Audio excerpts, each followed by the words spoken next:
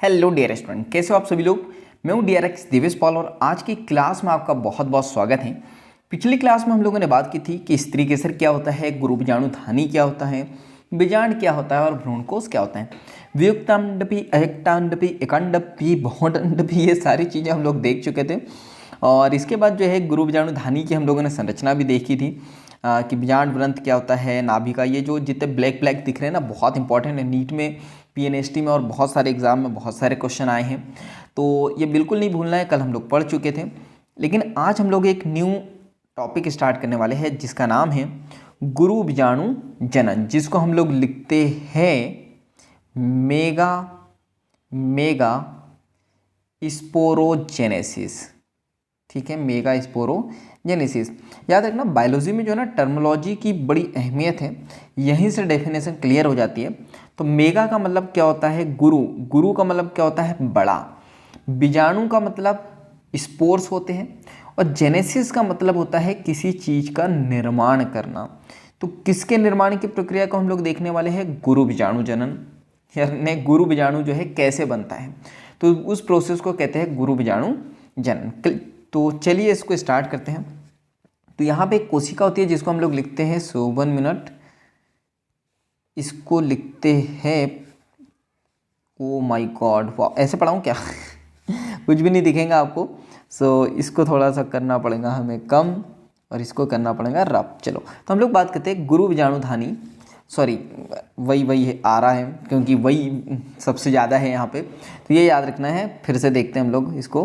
तो इसको कहते हैं गुरु बीजाणु मात्र कोशिका से गुरु बीजाणुओं की रचना के प्रक्रम को गुरु बीजाणु जनन कहते हैं। क्लियर है, याद रखना है। गुरु बीजाणु मात्र कोशिका होती है जिसको यहाँ पे लिखते हैं हम लोग mega mega spore mother, mega spore mother cell.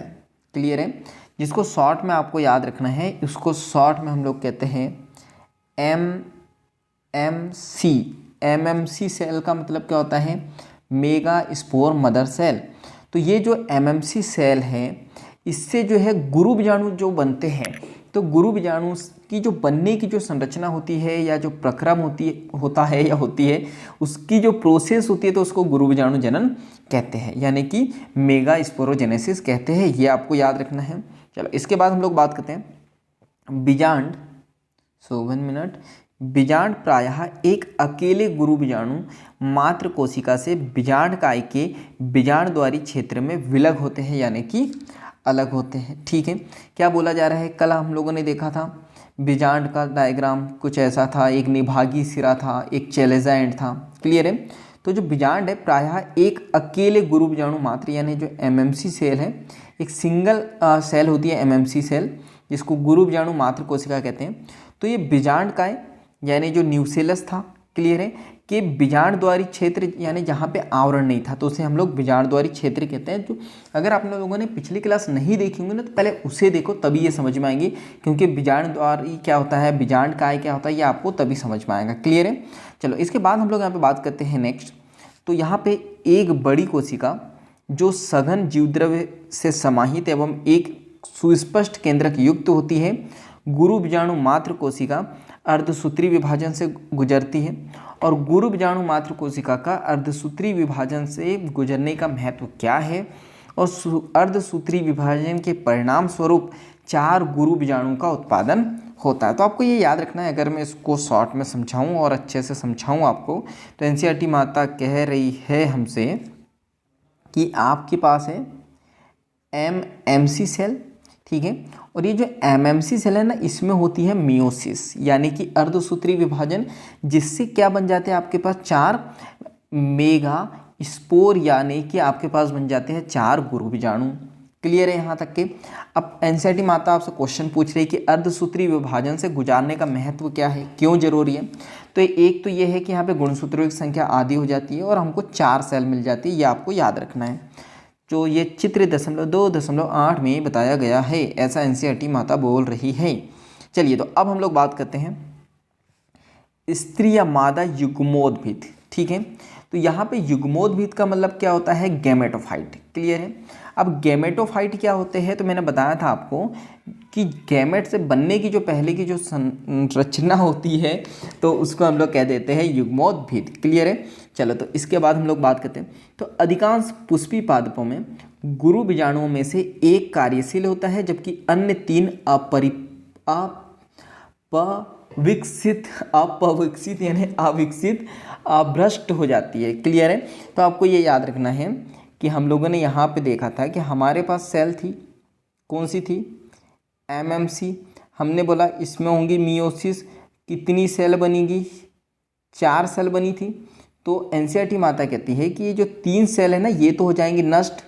Clear है। 1 मिनट ये हो जाएंगी नष्ट। क्लियर है। और क्या बोला है, यहाँ मात्र एक कोशिका क्या रहेंगी, कार्यशील। तो ये आगे जो है आपको ये याद रखना है कि ये डेवलप होती है यानी ये विकसित होती है, ये कार्यशील होती है। तो आगे हम लोग देख लेते हैं। डी को हो गया पोलियो। चलो तो हम लोग बात करते हैं। और ये एक अकेले गुरु बीजाणु से भ्रूण कोश के बनने की विधि को एक जो है बीजाणु विकास कहते हैं। तो आपको ये याद रखना है, यहाँ पे क्या होता है, आपके पास मात्र एक मेगा स्पोर बचता है। क्लियर है। एक गुरु बीजाणु बचता है और उससे ही जो है पूरा का पूरा भ्रूणकोश बनता है। तो उस प्रोसेस को कहते हैं एक बीजाणुक। ठीक है, क्योंकि एक बीजाणु से ही पूरी संरचना बनी है। क्लियर, ये याद रखना। बीजांडकाय की कोशिकाओं गुरु बीजाणु मात्र कोशिका, क्रियाशील गुरु बीजाणु तथा मादा युग्मोद्भिद की सूत्र गुणता क्या होंगी। सूत्र गुणता का मतलब क्या है, सूत्र गुणता का मतलब यह है कि जो बीजांडकाय है 1 मिनट, ये जो बीजांडकाय है तो जो बीजांडकाय की कोशिका है यानी न्यूक्लियस की कोशिका है वो 2n है या n है या 3n है, ये आपको बताना है। गुरु बीजाणु मात्र कोशिका यानी कि एमएमसी सेल वो क्या है, और यहाँ पे जो क्रियाशील गुरु बीजाणु है वो क्या है, मैंने आपको बता दिया हिंट में, आप समझ जाना क्या होता है। तो मुझे जो है कमेंट्स बॉक्स में आप बताओगे कमेंट्स करके कि यहाँ पे इनकी जो है सूत्र गुणता क्या होंगी, ये 2n होंगे, n होंगे या 3n होंगे। क्लियर है। चलो तो आइए आपका इंतजार है, एनसीईआरटी माता कह रही है क्या, जाओ जल्दी से आ जाओ। तो हम लोग आ गए। चलो देखते हैं। तो भ्रूण कोश के निर्माण का थोड़ा और विस्तार से अध्ययन करें। तो ये चित्र 2.8 ब में हमको बोल रही है एनसीईआरटी माता कि आप थोड़ा विस्तार से और अध्ययन करो तो और चीज़ें आपको समझ में आएंगी। तो चलो अपन और अच्छे से कर लेते हैं। तो यहाँ पे क्रियाशील गुरु बीजाणु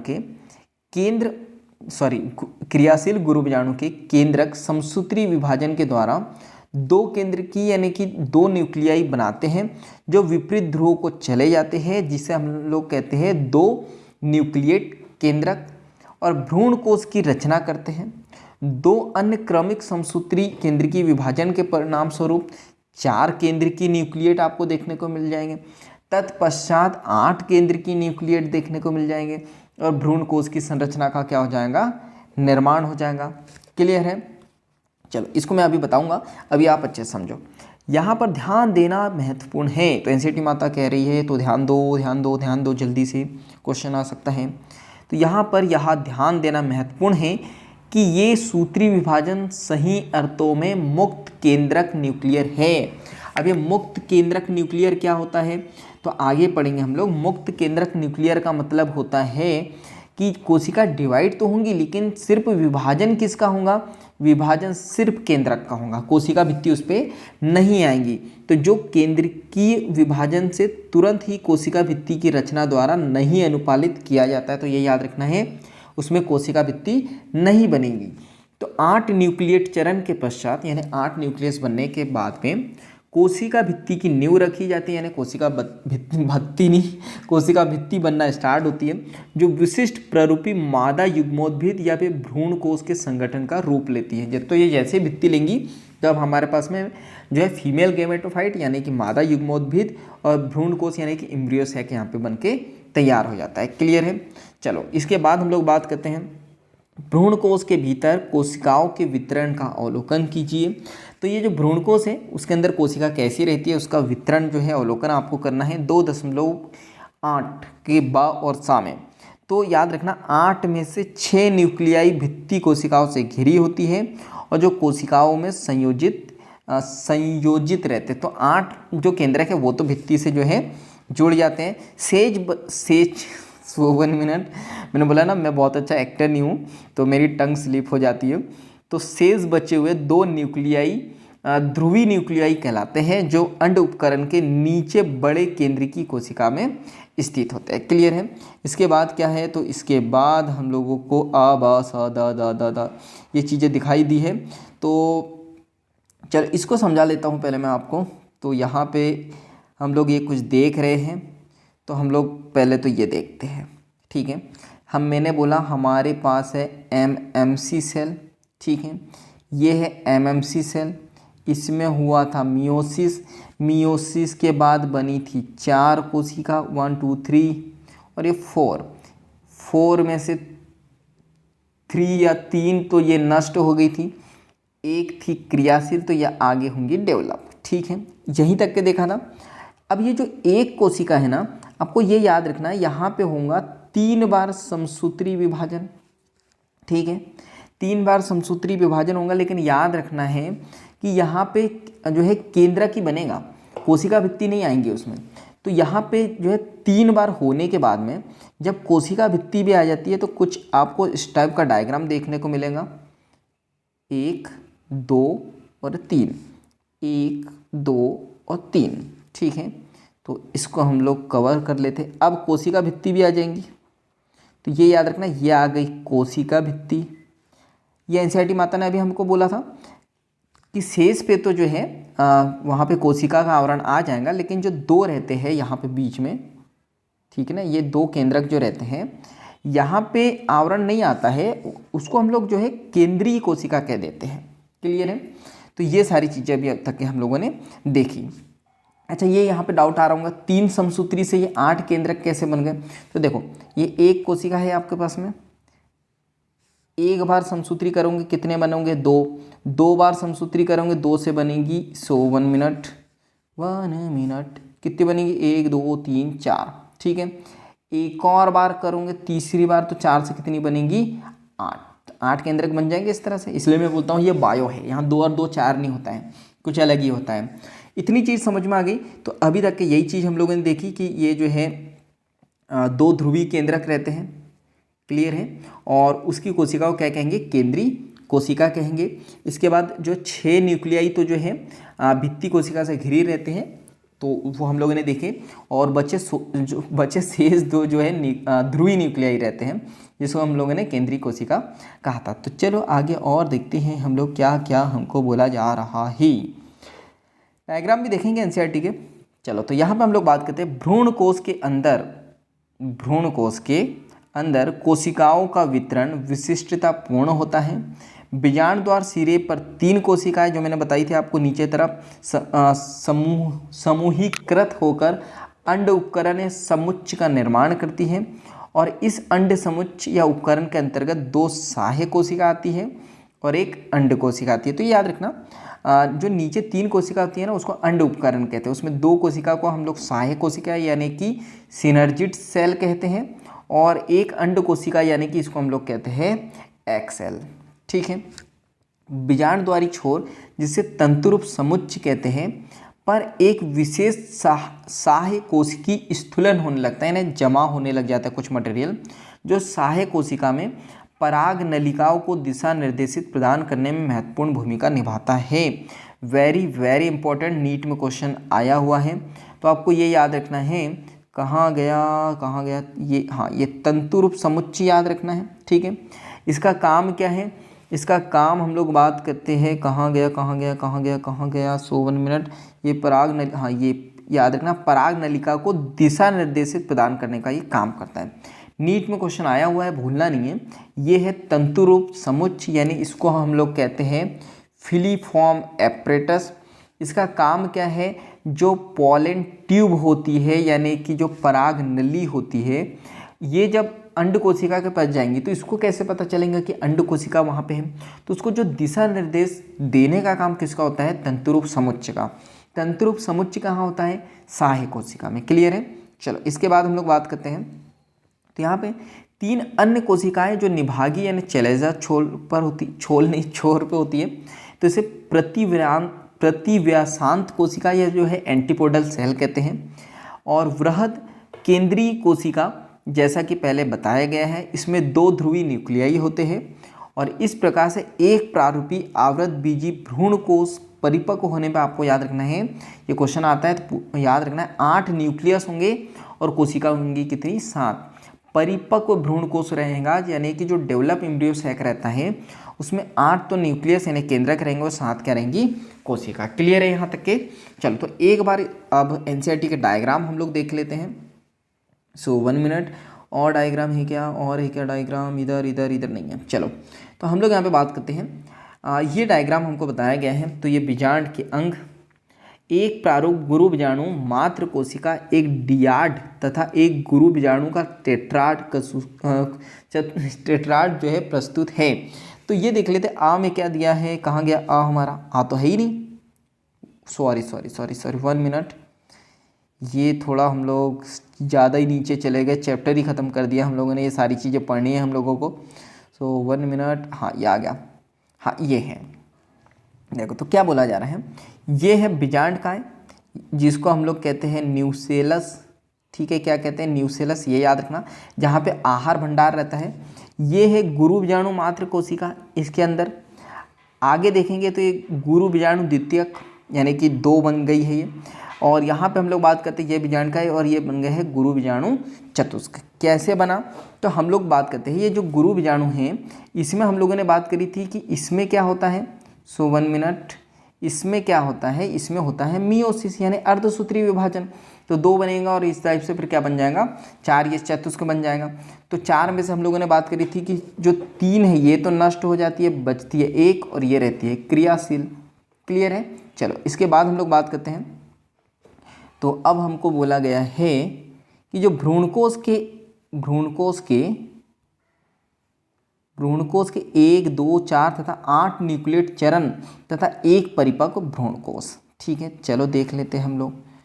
तो ये हमारा बा, तो देखो क्या हुआ, एक बार समसूत्री विभाजन हुआ, ठीक है, तो एक बार जब मियोसिस हुई तो कितने केंद्रक बने, 2 बार मियोसिस होंगी तो 4, 3 बार मियोसिस होंगी यानी समसूत्री विभाजन, तो इस टाइप से 8 केंद्रक बन जाएंगे। क्लियर है? इसमें से आपको ये याद रखना है जो 3 कोशिका है ये तो जो है कहाँ चले जाएगा, निभागी वाले सिरे पे, जो मैंने बताया था आधार भाग होता है जो बीजांड का, तो इसमें प्रतिव्रतांत या जो है एंटीपोडल सेल हम लोग कह देते हैं।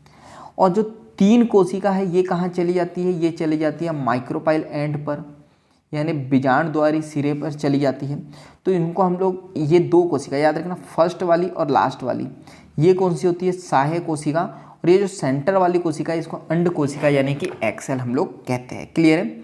फिर इसके बाद हम लोग को बताया है एक परिपक्व भ्रूणकोश का एक आरेखित प्रस्तुतिकरण जो आपको बताया गया है, जो बीजांड का बीजांड द्वार शीर्ष दिखाता है। ठीक है, यानी जो बीजांड का जो बीजांड द्वार है शीर्ष दिखाता है यानी कि पहले बताता है। क्लियर है? तो ये याद रखना है। देखो ये एनसीईआरटी ने डायग्राम बताया है, तो एनसीईआरटी माता ने बोल भी दिया है देखो कि बीजांड द्वार जो है शीर्ष पे यानी कि आपको ऊपर शीर्ष पे होता है लेकिन आपको बताया यहाँ पे गया है नीचे। क्लियर है? और ये हम लोग बीजांड में भी देख चुके हैं। तो हम लोग यहाँ पे डायग्राम को देखते हैं अच्छे से। तो ये याद रखना, हम लोगों को बताया कि ये है प्रतिव्यासांत कोशिका यानी कि एंटीपोडल सेल, और ये है निभागी सिरा।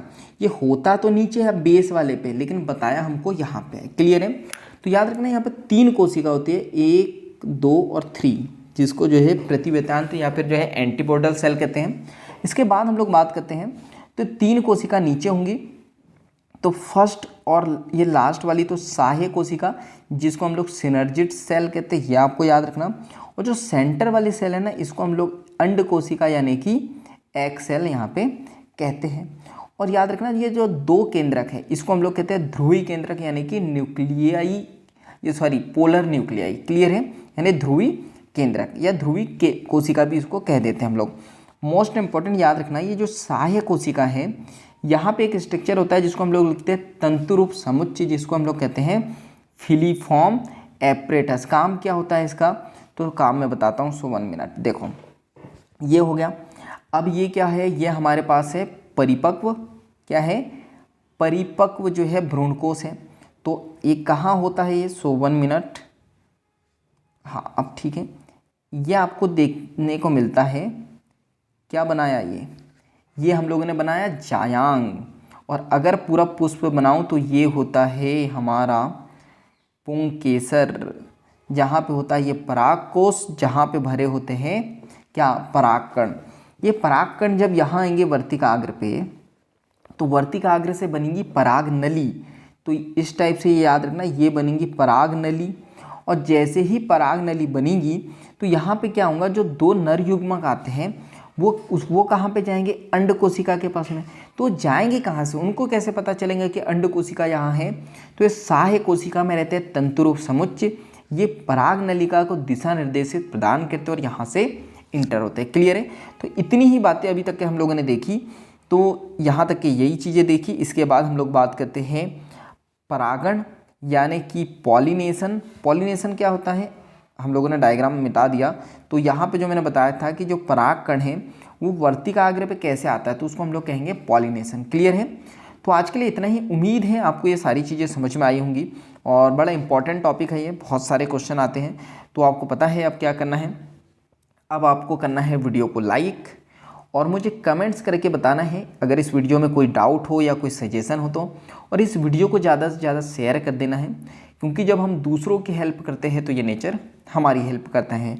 और चैनल को जल्दी से सब्सक्राइब कर देना है और बेल आइकन को दबा देना है, ताकि ऐसे वैल्यूबल वीडियो की नोटिफिकेशन आपको मिलते रहें।